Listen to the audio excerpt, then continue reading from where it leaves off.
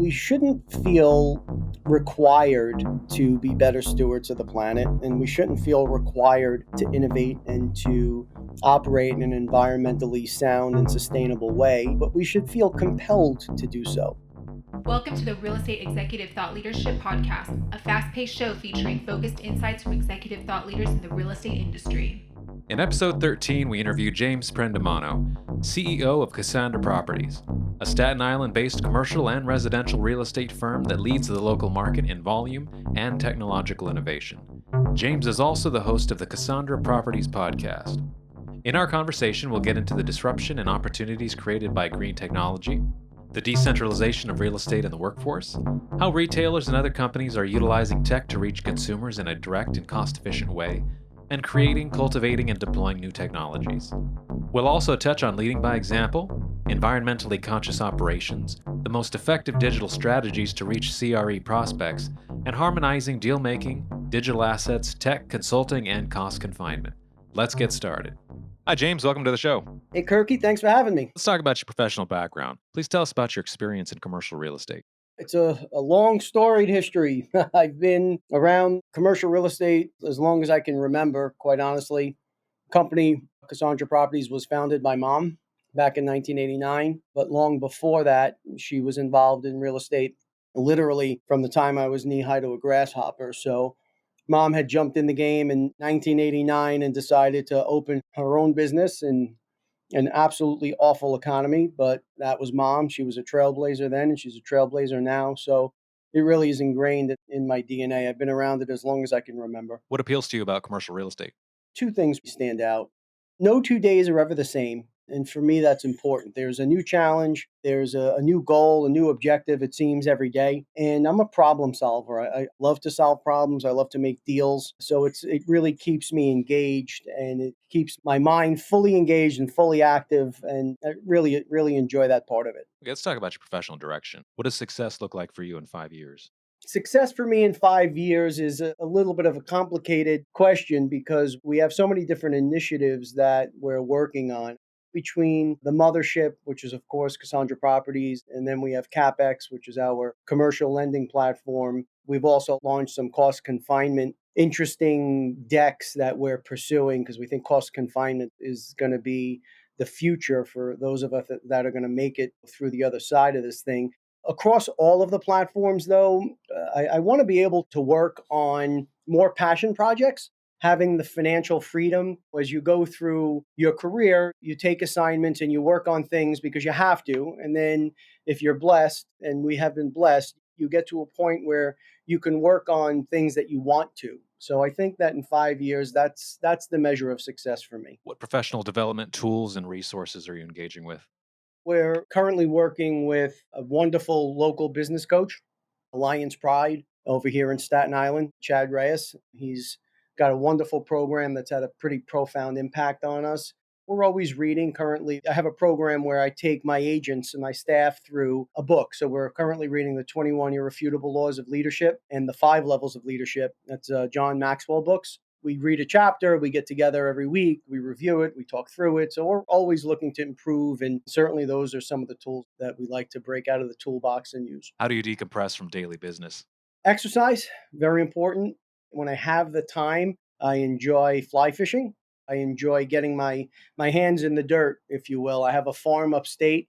So whenever I'm able to get up there and work the land, that's certainly the 3 top ways for me to kind of unplug. All right, let's talk about your company. What does Casandra Properties offer and who do you serve? We're a full service and full scale brokerage and consulting company. Our primary market certainly was Staten Island, but what we have found as we're moving through some scaling exercises, a lot of the core principles apply in one market, particularly in New York City market, where there tends to be more challenges, can be replicated in others. So at this point, our primary market is the New York City trade area, but we are expanding. And how do you differentiate your brand from local competitors? And I'd say the 3 T's: technology, tenacity, and teamwork.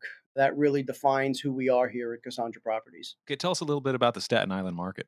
500,000 strong. It's a bedroom community, small town feel, but interestingly enough, if you were to measure Staten Island up against other independent cities across the country, I believe we come in at number 11 or number 12, right under Atlanta as far as population. We have been known as the forgotten borough, but recently we have really emerged over the last several years, and particularly now with COVID, where we're the forgotten borough no more, if you will. Okay, let's talk about trends. Are we seeing the decentralization of real estate in the wake of COVID? No, I would argue we saw the decentralization of real estate long before COVID. In fact, we wrote some blogs about this, and we were in a few different news articles about this years ago. As technology has disrupted and continues to disrupt every industry, real estate is certainly not isolated from that. We're seeing as retailers and companies are utilizing the tech to reach their consumers in a very direct way, in a very cost efficient way. And as the workforce decentralizes, and certainly COVID has put a spotlight on that. But again, even in those areas, we saw cities like Boise exploding with growth over the last several years. So there certainly is a decentralization, but I think it predated COVID. What challenges do you see in the industry aside from COVID, and how are you adapting? Technology continues, as we just said, to disrupt right at every turn. So as far as adaption, we're trying to stay ahead of things. We're constantly innovating here, and not only process and policy and procedure, but we're developing. We have a wonderful team, and that includes a programmer over here, and we're in the process of. We're actually in beta now on a new app. We're in beta now on a new management software. So we're continuing to create and cultivate and deploy technology just in a little bit of a different way, in a way that people hadn't previously thought, to make it easier for deal makers on our side and for investors on the other side. What asset classes are you seeing the most opportunity in?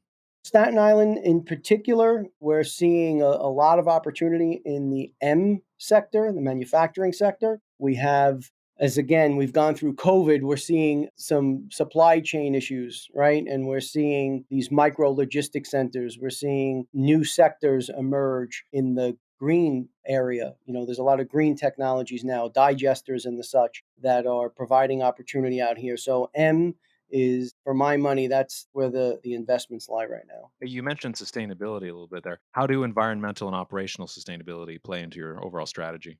Always at top of mind. I always say that we shouldn't feel required to be better stewards of the planet, and we shouldn't feel required to innovate and to operate in an environmentally sound and sustainable way, but we should feel compelled to do so. We talked recently about global warming on one of our podcasts, and inevitably people settle into their individual camp. And I often like to point out, regardless if there may or may not be science on both sides of the table, we should be at a point where we understand that it doesn't matter if the science bolsters your argument or not. We should feel compelled to do better. So we're always keeping a close eye on that as we're decisioning through our new innovations and our new projects and our new developments. It's always top of mind. Let's look at leadership. How do you describe your leadership style, and how do you motivate your team? I'm a lead by example guy. There's nothing in the company that I've asked anyone to do I haven't done myself, probably to a bit of a fault, but I'm very much a lead by example personality. We're constantly innovating and trying to impart our knowledge and experience to the team through a host of different initiatives that we're always working on here. Okay, now we'll turn to marketing. What marketing strategies do you find most effective in reaching commercial real estate prospects? The full spectrum. We've got so many tools in the digital toolbox, as I like to say. The podcast that we've launched here, the Casandra Properties Podcast, is really taking off an amazing rate. We never, ever thought that in a few short weeks, I think we're only 12 or 13 weeks in, we have an audience in over 50 countries now. Our YouTube following is up around 9,000 people. Of course, the old reliables, the Google AdWords and social media blogs, etc. It seems like every day there's a neat new way to tweak this or flip this switch or turn this knob to refine it. But the full complement of digital assets, that's real estate has very much become a game of marketing as opposed to just a game of deal making. Are you also leveraging inbound content? Yeah, sure. Same thing. The full spectrum we just spoke about. We're trying some new things, some out of the box ideas. We have a local company here that we're trying to come up with. I can't give too much because I want everyone to stay tuned, but we are working on outside of the norm. We are working on some new exciting ways to use content to get focus. It's all about eyes. It's about the more eyes we can get on a subject property, the better the chances are that we're going to drive numbers. Where do you envision the Casandra Properties brand going in the 2020s and beyond? We want to pull together a harmonization between deal making and digital assets, technology, consulting, cost confinement. We think they all align in the years to come, and that's really where our focus has been. How can listeners find your podcast? We're on the normal channels. You can find us. It's the Casandra Properties Podcast YouTube channel. Every podcast we upload there as well. But we're out there on Apple Podcast and Google, Spotify, and so on. Now we come to the last question. What is one closing insight you'd like to share for executives focused on growth?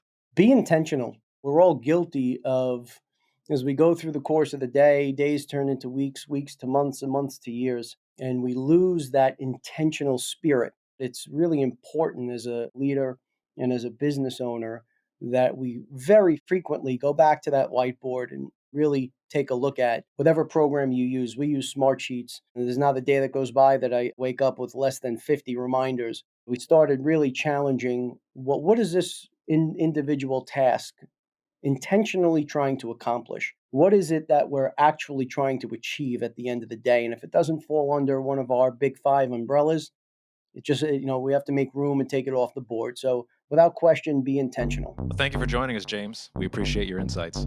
My pleasure. Thank you for listening. Please like and subscribe to get updates on our upcoming podcasts. Share the inspiration.